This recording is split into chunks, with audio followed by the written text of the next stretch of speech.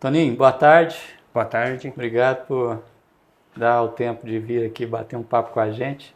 eu que Acho agradeço. que vai ser uma oportunidade legal de compartilhar aí muitas coisas que você aprendeu aí ao longo de sua carreira aí Certo. com as pessoas que seguem a gente aí nas redes sociais. Beleza? Beleza. Você é um dos melhores técnicos, né, que eu já conheci, apesar de a gente ter convivido pouco na BAT, você acabou sendo lá técnico de treinamento, né? Isso.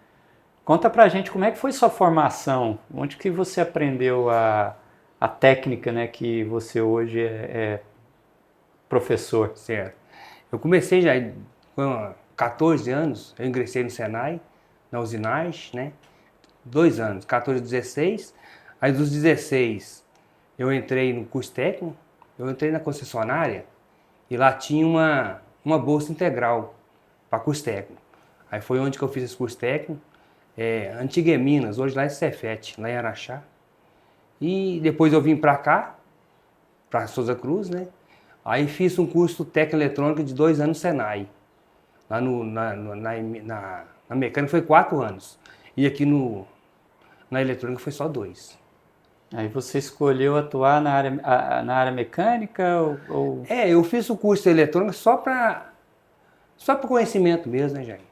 Porque tem coisas que um sensor, regular um sensor, ou ver se um sensor está funcionando ou não, um conhecimento técnico em eletrônica já ajuda bastante, né? E também essas máquinas mais modernas, os problemas às vezes eles são multifatoriais, né? Isso. Começa a ter influência de uma ou de outra coisa, né? Assim, quando eu estava atuando nas máquinas, aí conversava direto com o eletrônico, e já, se não fosse eletrônico, aí era mecânico, era mais fácil para mim, né? E eu já sabia mais ou menos também se era eletrônico ou não. Então ajudou bastante esse curso de eletrônica. Legal. E depois você fez curso superior de matemática e parece que pós-graduação em estatística, né? Eu fiz matemática porque eu queria engenharia, né? Mecânica. Mas como era integral, e quem trabalha e família, então não tem como escolher. E eu queria na federal. Aí eu falei, eu vou fazer matemática, que é de manhã ou à tarde, e depois eu faço as matérias que faltam, né? Para engenharia. Ah, mas depois eu vi que não. Porque eu não queria ser engenheiro, eu queria, na verdade, ser professor. Aí com a matemática, eu posso dar aula do mesmo jeito, aula da engenharia, né? E aula de segundo grau, matemática. Matemática é um curso muito difícil, né? Valeu a pena? Hoje, ou no seu trabalho lá na BAT, você conseguia aplicar alguma coisa ou na sua vida hoje? Sim, eu não dou aula, mas como é um curso mais fácil de entrar, mas é o mais difícil de sair, né, Jair? E só fui descobrir isso lá no sexto, sétimo período. Falei, agora já que eu ajoelhei, agora tem que rezar. Aí, e cada semestre tem um filtro. Isso eu fui descobrir isso só lá no final. Mas todos os filtros eu pegava dependência só. Eu falei, brincadeira. E ajudou bastante porque, como é um curso muito difícil, eu falei, cara, se eu conseguir fazer matemática aqui, eu consigo muitas outras coisas. Agora você consegue atuar e aprender qualquer coisa. Se depender de esforço.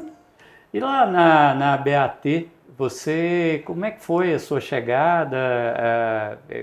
Você chegou para trabalhar em que área e como é que foi sua carreira lá dentro? Antes eu trabalhava com caminhão, né? Caminhão, você sempre trabalha com caminhão parado e tem um tempo para fazer a preventiva, o reparo, na Mercedes e na Vale, né? Quando eu cheguei aqui, que eu entrei ali na fabricação, que eu vi aquelas máquinas funcionando, X500 rodando, eu não consegui nem ver qual que era a marca que estava rodando, eu falei, isso aqui não é para mim não. Ali deu um frio na barriga. Mas depois você vai pegando o jeito, e ver que o negócio não é um bicho de 7 cabeças, né? E outra coisa, como eu vi que, eu falei, vou pegar esses manuais aqui e vou começar a entender essa máquina, o funcionamento, e assim foi. Colei nos experts E o que eu fazia? Eu estudava antes, tem um ponto crítico da máquina. Falei, vou estudar antes, porque pelo menos quando eu chegar perto do profissional, que é o expert nessa área, pelo menos eu tenho alguma bagagem para fazer, pelo menos fazer umas perguntas, não pergunta boba, né? Mas uma pergunta mais acertada. Aí onde que eu estudava os manuais, isso ajudou bastante. Porque o manual, o fabricante que faz o manual, ele está embasado ali em cima daquele manual. E você vê que tudo que está no manual, se a gente colocar na máquina, as medidas, tudo no padrão ali, a máquina roda. Então isso me ajudou bastante também na leitura dos manuais. Toninho, outra coisa também que eu observei muito na minha carreira é que muitos mecânicos não escutam os operadores, não fazem pergunta para os operadores e acabam quase que considerando os operadores como uma fonte de informação irrelevante, né? Verdade, verdade. Eu sempre achei isso um grande desperdício, né? Como é que você se relacionava com seus operadores? Eu acho assim, Jair, para ser um bom mecânico, ele tem que saber operar a máquina. Porque mais defeito de qualidade, a gente sabe, quando a gente opera a máquina, a gente sabe onde aquele defeito pode acontecer. E o operador, ele está ali o dia todo na máquina. Tem um operador que, na maioria das vezes, os meus problemas que eu consertava na máquina, vinha de alguma ajuda de um operador. Ele dá uma dica, falava assim, mês passado eu tive esse problema aqui. Aí o mecânico tal veio cá e fez esse ajuste nesse grupo aqui. Aí aquilo lhe ajuda bastante. E eu já vi mecânico, técnico, que não escuta o operador. Não, acha que o operador não sabe de nada. E pelo contrário. E a pessoa roda, depois chega lá onde o operador falou. O ajuste era lá onde o operador tinha falado. Então, eu acho que tem que escutar os operadores. Legal. E como é que foi, depois você passou quanto tempo na linha de produção, Toninho? Em diferentes máquinas? Eu rodei ali umas 6 tipos de máquinas já aí. E as que eu não... Depois do treinamento, eu tinha que dar o treinamento daquelas máquinas, das encarteiradoras, aí eu ficava dedicado 3 a 4 meses naquelas máquinas, rodando e ajustando, né? Para conhecer melhor a máquina. Rodando, que você fala, é operando. Operando. Colocando matéria-prima, fazendo o serviço do operador. Ajudando o operador, né? Muitos mecânicos odiavam operar, né, Toninho? A BAT, durante os anos, a gente foi passando por várias transformações, né? Como é que você vê quando um mecânico, a ele é solicitado operar a máquina? Não, para mim, ali, tem resistência, né, Jair? Porque a pessoa acha que está fazendo o serviço dele e o serviço do operador, né? Só que tem que pensar assim, eu pensava assim, se eu tenho a oportunidade de rodar essa máquina aqui, está me agregando o meu aprendizado. É nesse sentido. E os operadores parece que não enxergam isso, né, Jair? O que não quer rodar a máquina, né? Os mecânicos. Os mecânicos, né? Eu acho que tem duas coisas, né? Eu acho que, primeiro, é difícil o cara ser um bom mecânico se ele não sabe operar a máquina bem. Isso. E segundo, se ele não opera a máquina, tem determinados problemas que o operador vai tentar explicar para ele, ele não vai entender. Não vai entender.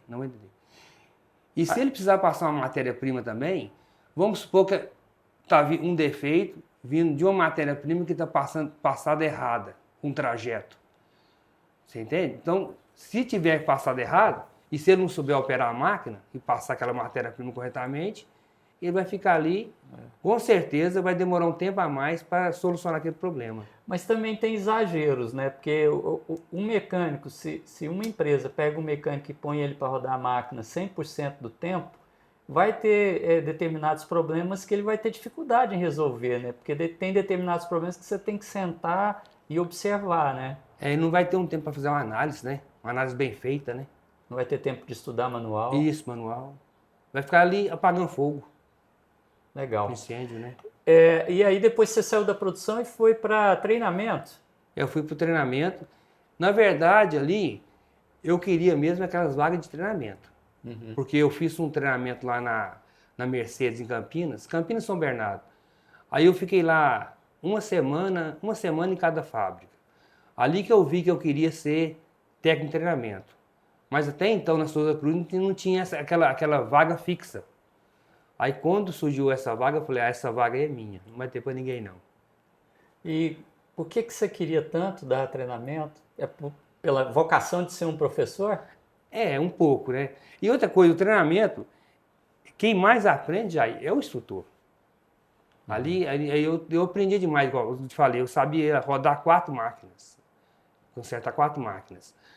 São 7. As outras 3 e mais uma que chegou a H1000, eu tive que participar do treinamento delas. Desde quando chegou, porque mais para frente eu tinha que dar treinamento para os mecânicos. Então, você vê, eu aprendi 8 máquinas ali, 4 só depois do treinamento. Caramba. Para mim foi um... E você, então, por você passavam todos os novos mecânicos, né, que entravam na fábrica, imagino. Novos e aqueles que migravam para outra tecnologia. Tá. Mas falando de novos mecânicos, né, hoje as empresas têm muita dificuldade em contratar recursos técnicos, né, Toninho? Tem. Onde que você acha que está o problema? O que mudou, né? Um pouco, Jair. Igual eu te falei, o curso técnico em eletrônica, meu mecânico foi 4 anos. O eletrônico foi 2. Ali você perde muita informação, que caiu pela metade. Então hoje os cursos, é o que eu via no treinamento lá, os mecânicos chegando, a bagagem era muito pequena. E outra coisa, o mecânico, ele não quer ser mecânico. Se o salário do técnico é bem maior ou do analista, ele quer ser analista. Aí como que você vai ser um bom técnico se você não é um bom mecânico? Você entende? Parece que o pessoal fica querendo pular etapa. Ou seja, os negócios enxugando para poder vender cursos Isso. que no final das contas não vão dar resultados. É. E as pessoas formadas querendo pular etapas sem se dar o tempo de ganhar experiência. Isso. E era muito difícil para alguns mecânicos, para mim, passar informação para alguns mecânicos lá, porque tinha mecânicos aí, na época lá, que não conhecia nem de chave. E isso é complicado. Como você vai falar de um acionamento, um grupo, se a pessoa não sabe o básico? É difícil. Aí esse mecânico, ele, com certeza, ele ia ter dificuldade mais para frente lá quando estivesse nas máquinas. Principalmente sozinho. Ali ele tinha que... Eu deixava isso bem claro.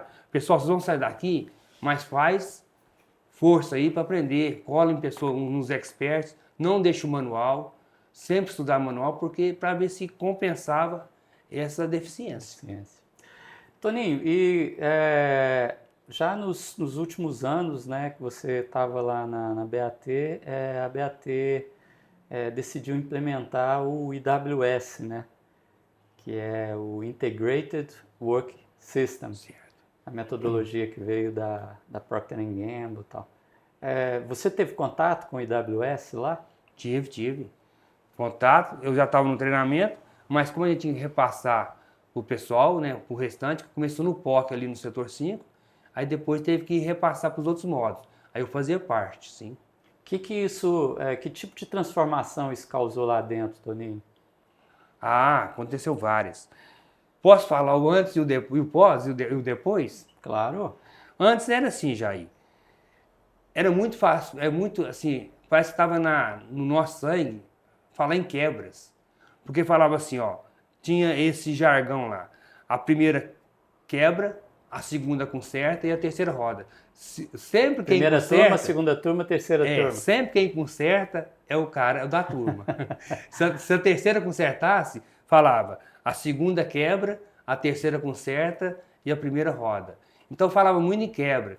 E outra coisa, não tinha um trabalho em equipe, cada um por si. Se a primeira turma rodasse bem, eu não queria saber se a segunda ou a terceira ia rodar. Não, se eu estando rodando bem, o que importa é a minha, as outras não. Isso aí mudou. E outra coisa, preocupava muito com aquelas grandes paradas, com as quebras, grandes paradas. As pequenas paradas nós não preocupava. Tinha vezes que num turno, ali canaleta, alimentação de cigarros, dava 80 paradas num turno, e só por canaletas. E a gente rodava bem, mas rodava bem trabalhando igual um louco também, né? Chegava em casa, as pernas estavam doendo de tanto correr atrás da máquina para ver se produzia o que estava esperado. Legal. Aí, depois do IWS, o que acontece? Limpeza. Antes, as limpezas, falava limpeza técnica. Hoje a gente fala CAL. Nas limpezas técnicas, nem sempre, tinha turma que não fazia. Só dava ali uma pincelada e já punha para rodar. A limpeza era uma perda de tempo. Era uma perda. Aquilo só ajudava a justificar algumas paradas. Aí depois do IWS, o que acontece? Tinha um tempo determinado e tinha um horário determinado para fazer aquela limpeza. E preocupava também com as pequenas paradas. Muitas paradas não eram da encadradora, no meu caso, era da elaboradora de cigarros. Aí com esse estudo do IWS melhorou bastante. Hoje, o nosso MTBI lá era 3, 4 minutos. Eu já fiquei no X2 já aí. E a mesma máquina, não mudou quase nada, só mudou a cultura. O jeito de trabalhar. O jeito de trabalhar. A máquina rodar 2 horas e 50 sem parar. Uma máquina que antes parava a cada 3, 4 minutos. 3, 4 minutos. Aí uma máquina, um X2 rodar 2 horas e 50 sem parar, é muita coisa. Isso que é qualidade de vida no trabalho, né, Toninho? E assim, antes a gente trabalhava muito. E rodava muito, mas trabalhava muito. Agora você trabalha, a máquina produz muito e você trabalha menos, né? De uma forma mais, não sei se menos ou de uma forma mais estratégica, inteligente. Isso, mais estratégico. Toninho, e aí você, quanto tempo tem que você saiu da BAT? Eu saí em 2020. 2020, tem 4 anos já. 4 anos. Como é que foi essa transição? Você se preparou para sair? Como é que foi? Quando eu dei entrada na aposentadoria, eu tinha em mente que demoraria uns 5 anos. Aí eu comecei, fazer um serviço, eu comecei a me programar e comecei a fazer um serviço paralelo, porque eu não queria ficar parado já. Aí eu falei, assim que eu aposentar, eu já tiver alguma coisa minha para eu tocar. Eu comecei com as afiações de alicate cutículos, tesouras, serras circulares. Aí quando em 2020, que eu já tinha aposentado, que já dava para caminhar sozinho as afiações, eu dediquei só nas afiações. Entendi. Aí eu resolvi sair. Legal. E aí você se dedicou a esse trabalho de fazer afiações, mas agora você está com uma outra atividade aí, né, Toninho? Tô. Você está fazendo o que agora, Toninho? Consultoria de AWS. Sério? Sério? De AWS não exatamente, né? Consultoria de manutenção autônoma. De gestão da rotina. E você está gostando, Toninho? Estou gostando. Por que eu quis partir para essa área também? Porque eu tenho minha afiação continua, mas eu tenho esse paralelo. Porque nós sempre lá, desde 95, todo dia na Souza Cruz era um desafio. E quando eu saí, Jair, eu senti falta desse desafio. Aí eu falei, eu vou seguir para continuar com esses desafios. E foi uma boa. E você tem atuado em diferentes fábricas, né? Com grupos de pessoas diferentes, tecnologias diferentes, né? Como é que é isso? Como é que chegar numa fábrica, uma tecnologia que você não conhece e passar uma metodologia de trabalho para as pessoas? As máquinas, Jair, elas produzem coisas diferentes, mas os subconjuntos, os conjuntos delas são bem parecidos. Vamos supor, sistema de transmissão, toda máquina tem correia, tem rolamento, tem eixo. Então, os problemas são bem parecidos. Uma máquina que faz cigarro, ela dá um problema de qualidade vamos supor, cartão descolado. Mas uma fábrica de papelão também, ela dá papelão descolado, a folha descolada também. E desalinhamento de folha, que pode ser um rolo. Então, os efeitos são bem parecidos. Acho que o fato de você não conhecer a máquina tão bem também te força a focar mais na metodologia. Isso, analisar mais, né? Isso mesmo. Legal. E você está dando treinamento para operadores autônomos, né? Isso. Como é que é esse treinamento? Como que acontece o treinamento, Toninho? Então, vou explicar. Quando a gente chega, gera uma desconfiança entre as turmas. O que acontece? Operacional e mecânicos, a parte de manutenção. O operador, ele está desesperado ali, precisando de ajuda. Nós já vivemos isso, é aquela situação que você está ali para apagar fogo, incêndio, né? E aí, ele é até mais aberto, o operador. Porque a gente chega ali, dá um treinamento nos primeiros dias, fala ali da metodologia, e a gente fala que a gente está ali para ajudar eles. Então, o operador está doido procurando uma ajuda. Então, ele aceita mais ali, ele é mais fácil para aceitar o nosso trabalho. A manutenção é um pouco resistente. Aí o operador chega, a gente começa a falar de anomalias, e tem anomalias que lá que estão muito tempo já pediram ajuda e não conseguiram. Aí quando a gente chega, a gente dá suporte para eles, aí eles falam, agora dessa vez vai. E quando resolve uma ou duas, ou umas três que eles estão há muito tempo ali que já tinham pedido e não resolvia, eles começam a dar credibilidade para a metodologia. E a parte manutenção é mais resistente. Por quê? Eles acham ali que é mais trabalho para eles. E no comecinho mas quando eles começam a fazer as análises inicial de quebra, que eles começam a achar a causa raiz e aquilo não volta a acontecer, aí ali eles começam a dar uma entrada para a gente e é uma abertura maior. Será que os mecânicos também ficam com medo de que no futuro eles acabem perdendo o trabalho, se os operadores crescerem muito? Eles comentam isso com a gente aí.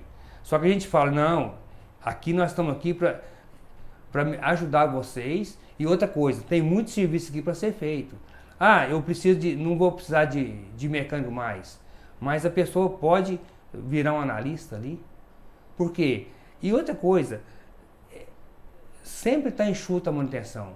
Sempre está precisando de profissional lá, eles comentam com a gente. Então ali, e a gente quer que o serviço deles seja mais assertivo. E vai fazer uma análise, para que não volte a acontecer.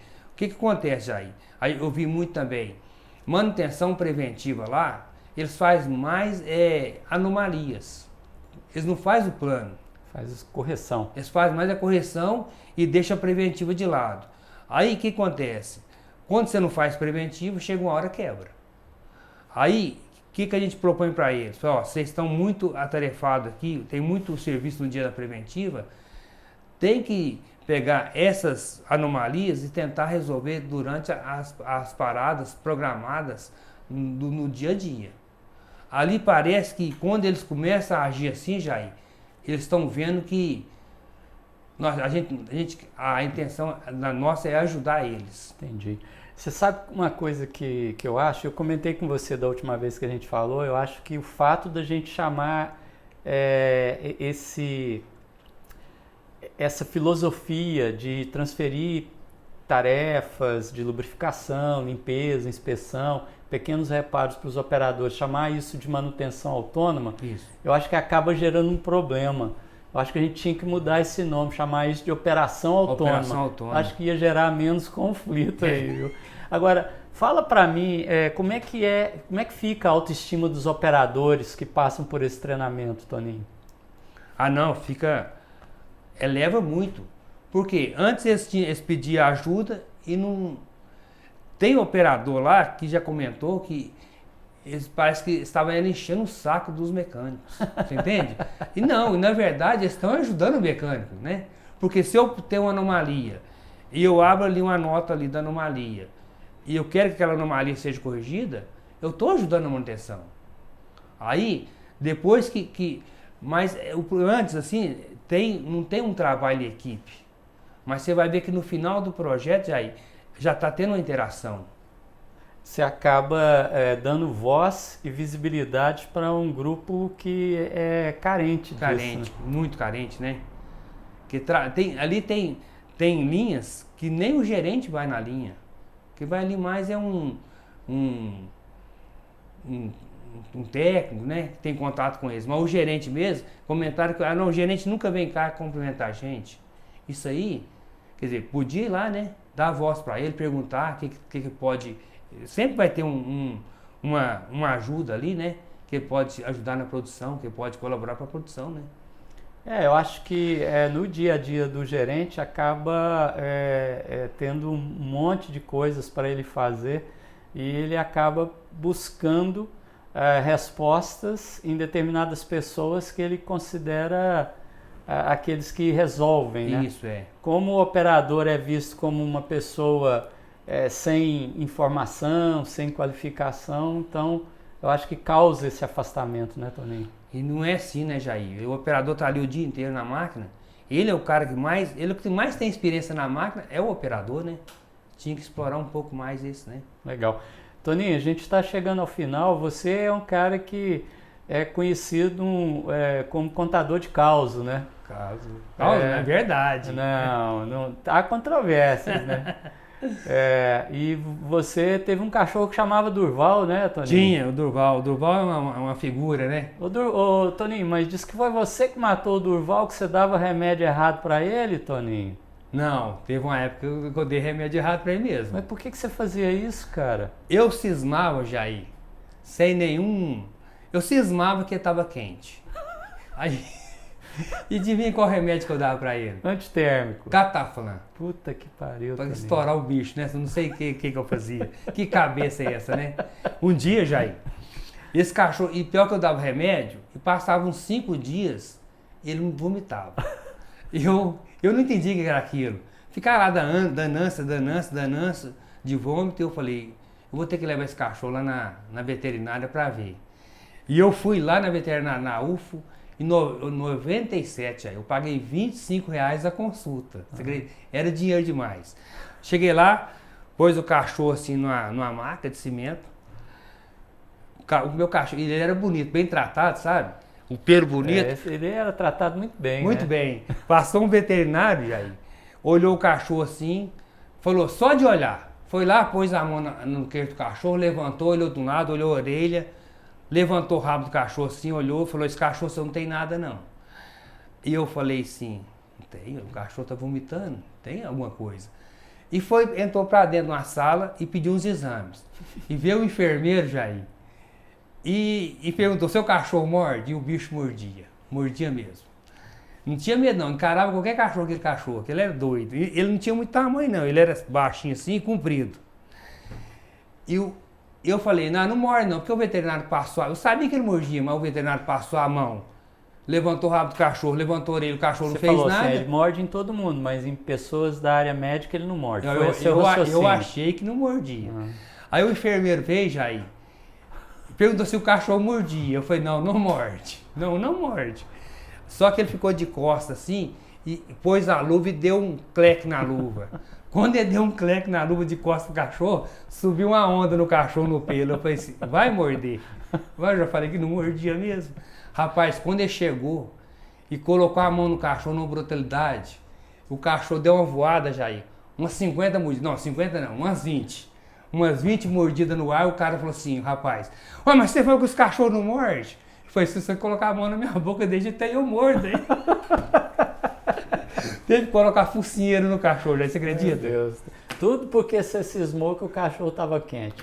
E adivinha o que aconteceu, o feedback do médico? O cachorro não tinha nada. Era você o culpado? Aí ele falou assim, o que você dá para esse cachorro? Eu falei, ração. O que mais? Água. Não, tem mais alguma coisa. Eu falei, um remédio, que eu dou cataflã para ele. Ele falou, cataflã? Para que você dá cataflã? Eu falei, porque de vez em quando eu sinto que ele tá quente, com febre. Ele falou assim para mim, Jair. Como que você mede a febre dos cachorros? Eu falei assim, eu pego no rabo dele, tá quente, eu dou cataflã para ele. O médico quase me bateu. Cara, que história boa. Obrigado, Toninho. Depois a gente faz outras pra você continuar contando a saga do Durval. Deve ter sofrido demais esse cachorro. Tem uns 40 aqui do Durval. Falou, obrigado, Toninho. Nada, tudo de bom. Obrigado a você.